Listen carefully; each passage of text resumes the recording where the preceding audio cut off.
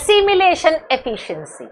Assimilation, चलिए body में आ गया, कंज्यूम कर लिया, उस कंज्यूम्ड में से कितना उसने एब्जॉर्ब कर लिया, कितना डाइजेस्ट हो गया, एक पार्ट एजेशन के थ्रू बाहर गया एज फेकल मैटर, तो जो उसने डाइजेस्ट किया एब्जॉर्ब हो गया और एसिमिलेट हो गया।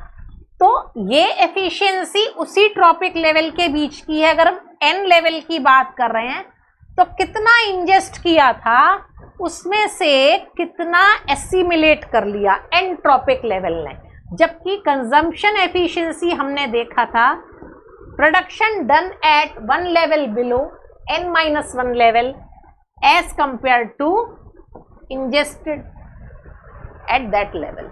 तो ये दो एफिशिएंसीज आपको क्लियर हो जानी चाहिए। अब देखिए trends, seed and fruits they have greater assimilation efficiency. I mean to say that they are more readily, easily absorbed and assimilated by the body of consumer as compared to leaves, and leaves are better assimilated in comparison to wood. इसका मतलब ये हुआ कि body जब seeds या fruits को खाएगी तो उसमें से वेस्ट बहुत कम जाएगा, मैक्सिमम बॉडी ले लेगी अंदर। इसी तरह लीव्स और वुड। फिर बात आती है कार्निवोर्स और हर्बीवोर्स की। कार्निवोर्स और हर्बीवोर्स में भी कार्निवोर्स की एसिमिलेशन एफिशिएंसी ज़्यादा है, वो मैक्सिमम उसको एसिमिलेट कर लेते हैं। मैंने बताया कि सेम टिश्यू है इसीलिए वो उसको एसिमिलेट कर पाते हैं इजीली। तो ये हो गई consumption efficiency, then assimilation efficiency. Now coming to production efficiency. हमने सी देखा, ए देखा, अब आ जाइए पी पर। ये क्या था? सी था पी n-1 इंजेक्शन IN, ये है। अब इसको आप डिनोमिनेटर में ले आइए। इंजेक्शन से कितना एसिमिलेट हुआ और प्रोडक्शन क्या है, फिर इसको डिनोमिनेटर बनाइए। एसिमिलेशन में से कितना प्रोडक्शन हुआ। It means proportion of assimilated energy that is finally converted into biomass. Growth reproduction में कितना गया उसका। कुछ तो वो जिंदा रहने के लिए भी तो ऑर्गेनिज्म उस एनर्जी को यूज करेगा। रेस्पिरेशन हो रही है, सारी की सारी एनर्जी तो जाएगी नहीं प्रोडक्शन में। पहली प्रायोरिटी तो उसका जिंदा बना रहने के अपने डेली मेटाबॉलिक एक्टिविटीज, रेस्टिंग है, एक्टिविटी है, ये सब में एनर्जी लगाएगा। तो कुछ ही पार्ट उसका प्रोडक्शन में जाएगा। इनके ट्रेंड्स क्या है? इनवर्टिब्रेट्स की प्रोडक्शन एफिशिएंसी वर्टिब्रेट्स से ज्यादा है। इनवर्टिब्रेट्स आपको पता है, invertebrates are all cold blooded animal. जब कोल्ड ब्लडेड हैं तो उनको कांस्टेंट बॉडी टेम्परेचर मेंटेन करने के लिए एफर्ट नहीं लगाना पड़ रहा, एनर्जी स्पेंड नहीं करनी पड़ रही है।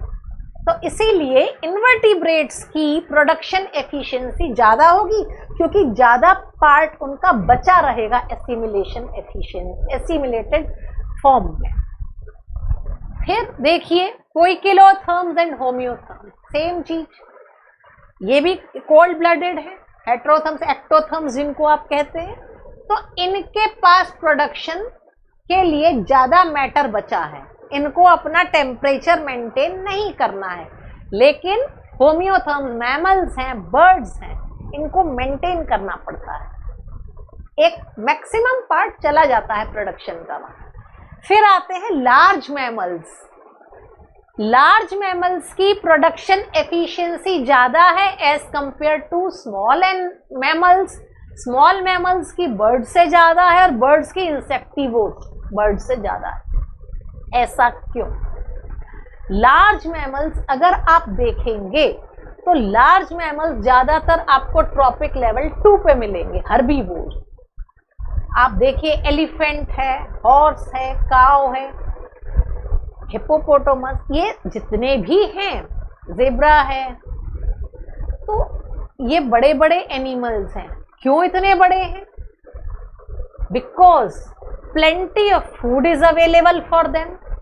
इनके ऊपर तो एक प्रेडेशन का ही तो प्रेशर है, ऊपर से अगर कोई इनको शिकार न कर ले, वरना इनकी पॉपुलेशन भी बढ़ेगी और खाना खूब सारा है, इनको बहुत एफर्ट नहीं लगाना पड़ता ढूंढने के लिए।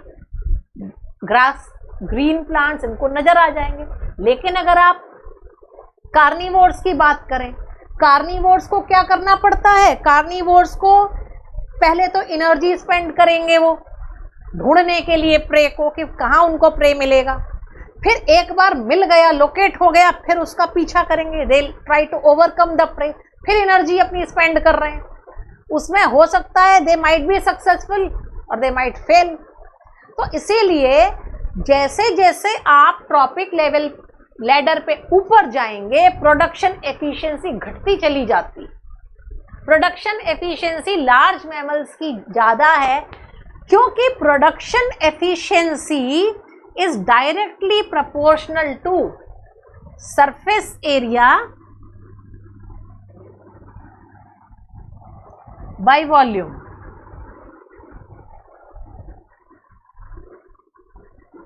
Surface area by volume. अब देखिए,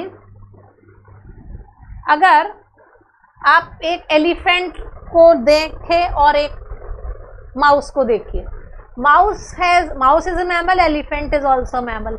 माउस है स्मॉल बॉडी, तो उसका जो सरफेस एरिया है per unit of body mass वो ज्यादा है एज कंपेयर टू एलिफेंट। तो जब जब बॉडी साइज बढ़ता है, सरफेस एरिया भी बढ़ रहा है, वॉल्यूम भी बढ़ रहा है, लेकिन सरफेस एरिया धीरे धीरे बढ़ता है। अब प्रोडक्शन एफिशिएंसी, जितना ज्यादा सरफेस एरिया होगा उतना प्रोडक्शन एफिशिएंसी कम होती जाएगी, क्योंकि जितना ज्यादा सरफेस एरिया है हीट रेडिएट हो रही। एलिफेंट के केस में क्या है, वॉल्यूम ज्यादा है बट उस हिसाब से जो रेडिएशन है हीट का वो कम है। सरफेस एरिया ओवरऑल अगर आप देखेंगे वॉल्यूम के कंपैरिजन में तो वो कम। तो इसीलिए लार्ज मैमल्स की प्रोडक्शन एफिशिएंसी ज़्यादा है। बर्ड्स को तो एक्स्ट्रा एफर्ट लगाना ही पड़ता है फ्लाइंग के लिए, उनको कितना एनर्जी चाहिए, plus they have to search for the food, they have to constantly save themselves from being eaten by predators. तो इस तरह के एफर्ट्स, और फिर इंसेक्टिवोर जो बर्ड्स हैं उनको तो इंसेक्ट को खाने के लिए इंसेक्ट को ढूंढेंगे पहले पूरे दिन में कितने, फिर जब इंसेक्ट को ढूंढा और उसको लोकेट किया फिर खाएंगे। जरूरी नहीं इंसेक्ट उनको मिल ही जाए, मिल भी गया तो एस्केप कर जाएगा। फिर एक दिन में कितना इंसेक्ट वो ढूंढेंगे, कितनी एनर्जी लगे, तो उनकी प्रोडक्शन एफिशिएंसी तो और कम है। नॉन सोशल एनिमल्स की भी प्रोडक्शन एफिशिएंसी ज्यादा है as compare to social animals. जितने सोशल एनिमल्स हैं, चाहे आप हनी भी देखिए, टर्माइट देखिए, जो एक कॉलोनी में काम करेंगे तो वहां पर उनको अपना अपना रोल प्ले करना पड़ रहा है, पूरे एक कॉलोनी के लिए काम कर रहे हैं। और अगर एक नॉन सोशल इंसेक्ट है वो तो केवल अपने लिए काम कर रहा। तो इसीलिए यहाँ पर इनका production efficiency non social animals की ज़्यादा है और सोशल एनिमल्स की प्रोडक्शन एफिशिएंसी कम हो जाती है, because they are spending more amount of their energy for the entire colony. Then coming to aquatic and terrestrial ecosystems, इनमें क्या होता है एक्वेटिक टेरेस्ट्रियल इकोसिस्टम में? एक्वेटिक इकोसिस्टम में अगर आप देखेंगे प्रोडक्शन एफिशिएंसी ज़्यादा क्यों है? क्योंकि वहां पर सारे के सारे कोल्ड ब्लडेड एनिमल्स हैं, फिशेस हैं ज़्यादातर जो प्रेडेटर्स हैं। तो होता क्या है, इनको फाइटोप्लैंक्टन्स ने ज़ूप्लैंक्टन्स को खाया, ज़ूप्लैंक्टन्स ने फाइटोप्लैंक्टन्स को खाया, स्मॉल फिशेस ने ज़ूप्लैंक्टन्स को खाया और बिग फिशेस ने स्मॉल फिशेस को खाया। तो ये जो फिशेस हैं ये कोल्ड ब्लडेड एनिमल हैं, इनको मेंटेनेंस में तो बहुत टेम्परेचर अपना मेंटेनेंस में तो इनको एनर्जी नहीं लगानी पड़ रही, टेम्परेचर बॉडी का मेंटेन नहीं करना पड़ रहा है। Being cold blooded animals, they are diverting more amount of their assimilated energy into production। तो इसीलिए इनकी प्रोडक्शन एफिशिएंसी ज़्यादा है। जब आप टेरेस्ट्रियल में आते हैं यहाँ पर ज़्यादातर वार्म ब्लडेड एनिमल्स आपको मिलेंगे इकोसिस्टम में, हर्बीवोर्स, फिर कार्निवोर्स, फिर प्राइमरी कार्निवोर्स, सेकेंडरी कार्निवोर्स। तो ये 3 एफिशिएंसीज आपको समझ आ गई। अब एक ट्रॉपिक लेवल से अगले ट्रॉपिक लेवल तक कितना खाना पहुंचेगा, कितना बायोमास पहुंचेगा, वो इन तीनों पर डिपेंडेंट है। 3 कौन कौन से? कितना कंज्यूम किया। नेचुरली अगर उसने ज्यादा कंज्यूम किया तो आगे ज्यादा जा सकता है खाना, अगर ज्यादा एसिमिलेट किया तो भी ज्यादा जाएगा, ज्यादा प्रोड्यूस किया तो भी ज्यादा जाएगा। तो ये तीनों का एक इम्पॉर्टेंट रोल होता है। इन तीनों एफिशिएंसीज का जो हमने अभी देखी, क्या क्या देखी? Consumption efficiency which is also called exploitation efficiency, then assimilation efficiency and then production efficiency. इन तीनों का अगर हम प्रोडक्ट देखें, जो आएगा वो डिटरमाइन करता है कि कितनी इकोलॉजिकल एफिशिएंसी है बनी। अब आप इनको मल्टीप्लाई करिए, आपका बचता है Pn बाई Pn-1, यानी production at a trophic level, it is a ratio between production at a trophic level to the production done at the trophic level below. ये आपकी हो जाती है ecological efficiency. So what is ecological efficiency? Other synonyms are trophic efficiency या food chain efficiency. Percentage of energy transferred from one trophic level to the next, adjacent levels के बीच में होगी। अभी हमने कौन कौन सी एफिशिएंसीज एडजेसेंट लेवल्स में देख ली? एक तो ये देखी इकोलॉजिकल एफिशिएंसी, इससे पहले हमने फर्स्ट वाली कंजम्पशन एफिशिएंसी देखी थी, वो भी एडजेसेंट लेवल्स के बीच के थी। तो या तो ratio of productivity for two adjacent trophic levels, as just now I explained, it is the product of consumption efficiency, assimilation and production efficiency। तो वो तीनों के बेसिस पर ये एफिशिएंसी बनी। अब इसके ट्रेंड्स अगर आप देखेंगे, it is more in aquatic ecosystem as compare to terrestrial ecosystem. ऐसा माना जाता है ये इसकी वैल्यू है करीब 10%, एवरेज इज 10%, मतलब 10% प्रोडक्शन एक लेवल का दूसरे लेवल पे पहुंचता है। Though it is not 10, it is between 5 to 20%। In many cases aquatic ecosystem 22% तक भी आई है ये एफिशिएंसी। तो on an average 10% value has been taken for this ecological efficiency. Now let's revise all the 3 earlier studied efficiency under this term ecological efficiency। अब देखते हैं उन तीनों का मिलकर इस पे क्या असर पड़ा और कैसे ये ट्रेंड बने। एक्वेटिक इकोसिस्टम में इकोलॉजिकल एफिशिएंसी ज़्यादा है as compare to terrestrial ecosystem. देखिए एक्वेटिक इकोसिस्टम में अगर आप देखेंगे कंजम्पशन एफिशिएंसी ज़्यादा हुई, सारा का सारा फाइटोप्लैंक्टन्स खाया गया, ज़ूप्लैंक्टन्स ने उनको खा लिया, सारा कंज्यूम कर लिया। फिर वहाँ पर एसिमिलेशन एफिशिएंसी ज़्यादा रही। एसिमिलेशन एफिशिएंसी ज़्यादा क्यों रही? क्योंकि वो जो था ज़्यादातर वो डाइजेस्टिबल ही था, उसमें कोई हार्ड टिश्यू ऐसा नहीं था। कंजम्पशन तो पूरा निगल लिया गया, एसिमिलेट कर गया क्योंकि डिस्कार्ड करने का बहुत उसमें स्कोप नहीं था, इट वॉज वेरी डाइजेस्टिबल। और फिर प्रोडक्शन क्यों रहा वहां पे ज्यादा एक्वेटिक में, क्योंकि कोल्ड ब्लडेड एनिमल्स हैं। तो अगर आप तीनों को मल्टीप्लाई करेंगे तो आपकी इकोलॉजिकल एफिशिएंसी जो बनेगी वो एक्वेटिक इकोसिस्टम में ज्यादा बन जाएगी।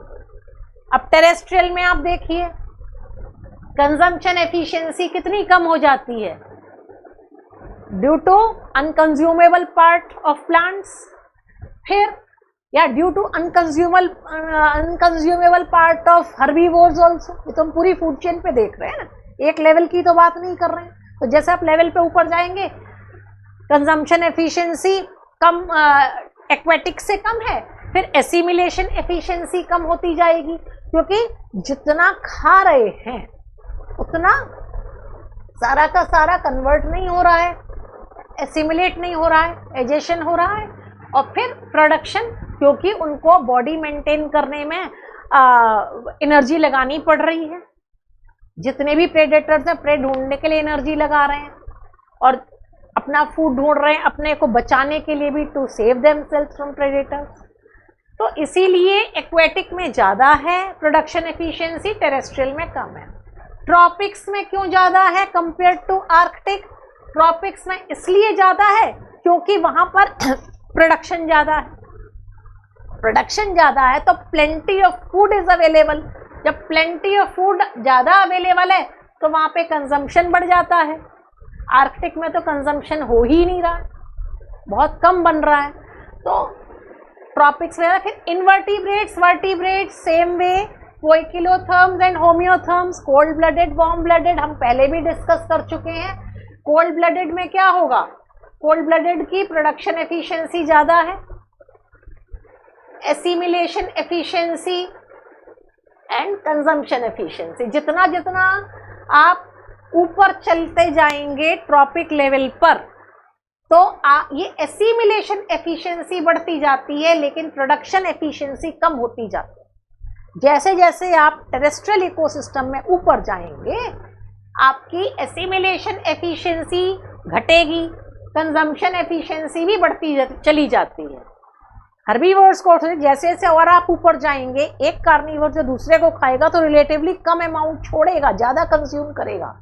तो टेरेस्ट्रियल में consumption efficiency increases along the trophic levels, assimilation efficiency increases, लेकिन प्रोडक्शन एफिशिएंसी डिक्रीजेस। हर्बीवोर्स में प्रोडक्शन एफिशिएंसी ज़्यादा, इकोलॉजिकल एफिशिएंसी ज़्यादा है एज कंपेयर टू कार्निवोर्स। हर जितना नीचे ट्रॉपिक लेवल पर हैं उनको एनर्जी उतनी कम लगानी पड़ रही है in search of food, herbivores. तो इनके लिए कंजम्पशन एफिशिएंसी भले कम है लेकिन खाने की कमी नहीं है, ये खूब खाते हैं, they eat a lot because they are on the lower level. तो खाना इनके पास बहुत ज़्यादा अवेलेबल है, प्रोडक्शन इनका रिलेटिवली कार्निवोर्स से ज़्यादा होता है, इनको बहुत एफर्ट नहीं लगाने पड़ रहे। कार्निवोर्स को तो बहुत एफर्ट लगाने पड़ रहे हैं, तो शिकार ढूंढ रहे हैं, अपना ढूंढ लिया फिर उसको कैच भी करना है, उसको मटेरियलाइज करना है, कन्वर्ट करना है फूड में। तो इसलिए herbivores have relatively more transfer efficiency, food chain trophic efficiency as compare to carnivores. And detritus based trophic ecosystem की food chain efficiency plant based trophic system से ज़्यादा होती है। ये कैसे होती है ज़्यादा? यानी जिन जिन इकोसिस्टम में डेट्राइटस ज़्यादा प्रेजेंट है, detritus is playing important role. जितने माइक्रोबैक्टीरिया एंड फंजाई ये डिकम्पोजर्स का काम करते हैं, इनको कौन खाते हैं? इनको छोटे छोटे और ऑर्गेनिजम्स खाते हैं, चाहे फिर वो मिलीपीड्स हैं या माइक्रो आर्थ्रोपोड्स हैं, तो वो इनको खाएंगे। तो बहुत ज़्यादा डेट्राइटस अवेलेबल है और बैक्टीरिया फंजाई दिन रात डिकम्पोजिशन का काम करते जा रहे हैं, मैटर को खुद भी ग्रो कर रहे हैं और एज अ फूड अपने को उस डेट्राइटस बेस्ड इकोसिस्टम में प्लेंटी ऑफ फूड अवेलेबल खुद को भी बना देते हैं दूसरों के लिए, क्योंकि ज़्यादा फूड मिल रहा है तो खुद भी ग्रोथ मल्टीप्लाई होता है, इनकी ग्रोथ मल्टीप्लिकेशन होती चली जा रही है, so they are also increasing in number. तो इस तरीके से अब अगर हम तीनों एफिशिएंसीज की बात देखें, consumption, assimilation and production, detritus food chain या डेट्राइटस बेस्ड इकोसिस्टम में देखिए, कंजम्पशन एफिशिएंसी, फूड कंज्यूम होता जाता है रिपीटेडली, बहुत कम वेस्ट होगा, हो ही रहा है रिपीटेडली वापस। एसिमिलेशन, एक्स्ट्रा सेल्यूलर डाइजेशन है, उससे क्या होगा, जो भी डाइजेस्ट हो रहा है बॉडी के बाहर हो रहा है, तो जब लिया जा रहा है बॉडी के अंदर तो वो तो 100% एसिमिलेटेड ही, तो ये एफिशिएंसी इनकी ज़्यादा हो गई। और प्रोडक्शन एफिशिएंसी तो ज़्यादा है ही, क्योंकि वो सारे के सारे वहाँ पर छोटे छोटे इन्वर्टिब्रेट्स हैं, फिर उनको जो मैंने अभी आपको बताया जो सेकेंड थर्ड लेवल वाले, तो इसलिए ये एफिशिएंसी जो है ये तीनों ज़्यादा हो गई, तो इससे क्या होगा, फूड चेन एफिशिएंसी या इकोलॉजिकल एफिशिएंसी ये भी बढ़ जाती है। So trophic efficiency of detritus based trophic ecosystems is more than plant-based tropic ecosystems. So this was all about these efficiencies, basically consumption or exploitation efficiency, assimilation efficiency and production efficiency, and all the three in turn they are responsible for the value of ecological transfer efficiency और tropic efficiency. अच्छा, Lindeman efficiency कहीं कहीं पर इनका synonym होता है, अभी हमने देखा ये क्या है, ratio of productivity for two adjacent level, लेकिन लिंडमैन ने क्या किया था, रेशियो ऑफ एसिमिलेशन, दो ट्रॉपिक लेवल्स के एसिमिलेशन उसकी रेशियो, तो ये सेम ही आती है, इसीलिए वहाँ प्रोडक्शन को देखें, एसिमिलेशन को देखें, it's almost same, it's also called Lindeman efficiency. अब आपको इनसे रिलेटेड ये दो टॉपिक्स आपके कंप्लीट होते हैं, primary production and secondary production. Now in the next video we'll talk about some questions, especially numericals based on these efficiencies, और primary production, NPP, different ecosystems, part B, part C के हम questions next video में देखेंगे। Please send your suggestions and feedback and any other important topic which you would like to discuss or which you would like me to make video on that topic, so please send your comments, feedbacks. Thank you so much.